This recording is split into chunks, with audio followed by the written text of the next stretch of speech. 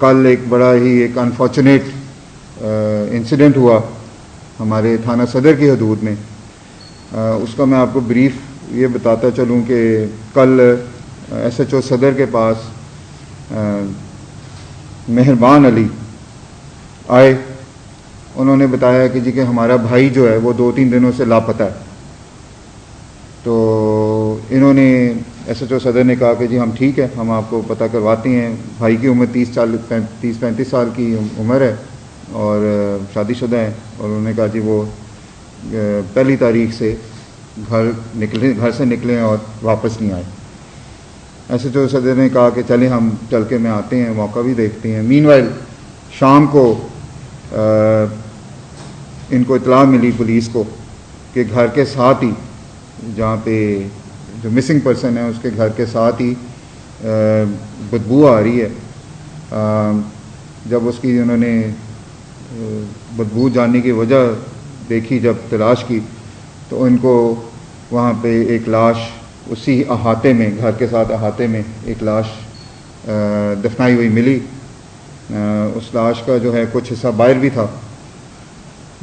فوراً سرگودا سے ہم نے کرائم سین یونٹ کو بھی بلوا لیا، فورینسک سائنس والوں کو بھی ہم نے اطلاع دے دی.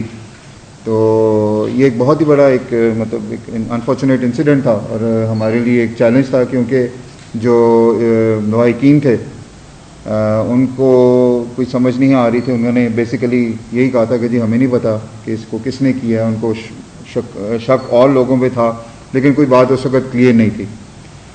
تو میں سمجھتا ہوں کہ ہماری ڈی ایس پی صدر، ایس ایچ او صدر، ہمارے نئے اے ایس پی آئے ہیں انڈر ٹریننگ، یہ بھی اس ٹیم کا ہم نے ان کو حصہ بنایا تھا.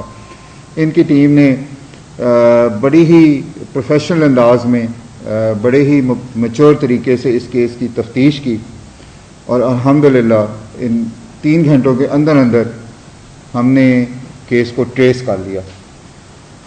اس کی تفصیل یہ ہے کہ مقتول کی بیوی کے تعلقات تھے مقتول کے بھائی کے ساتھ، اور یہ تعلقات شادی سے پہلے کے چلے آ رہے تھے. انہوں نے آپس میں فیصلہ کیا کہ ہم مقتول کو راستے سے ہٹائیں. اس کے لیے باقاعدہ یہ پلاننگ کی گئی. رات کو جب بچے بھی سوئے ہوئے تھے تو یہ جو مین اس کا چھوٹا بھائی ہے مقتول کا، جس کا نام ہے اس کا نام ذیشان علی، وہ آیا رات کے وقت. اس نے بیوی کے ساتھ مل کر اس مقتول کو، جس کا نام ہے قربان علی، اس کو انہوں نے کینچی کے وار سے سر پہ اور سینے پہ وار کیے اور پھر اس کا منہ بند کر کے اس کا سانس روک کر اس کو ختم کیا. اور پھر ساتھ ہی گھر کے ساتھ جو 4 دیواری تھی جہاں سے ہمیں پھر وہ لاش ملی، انہوں نے یہ دونوں نے مل کے اس کو وہاں پہ ٹرانسپورٹ کر کے دفنا دیا. مقتول کی جو بیوی ہے اس نے اگلے دن پھر مقتول کے جو باقی بھائی ہیں ان کو یہ جا کر کہا کہ جی میرا شوہر تو صبح نکلا ہے اور ابھی تک آیا نہیں ہے. اور یہی سلسلہ 3-4 دن سے چلتا رہا.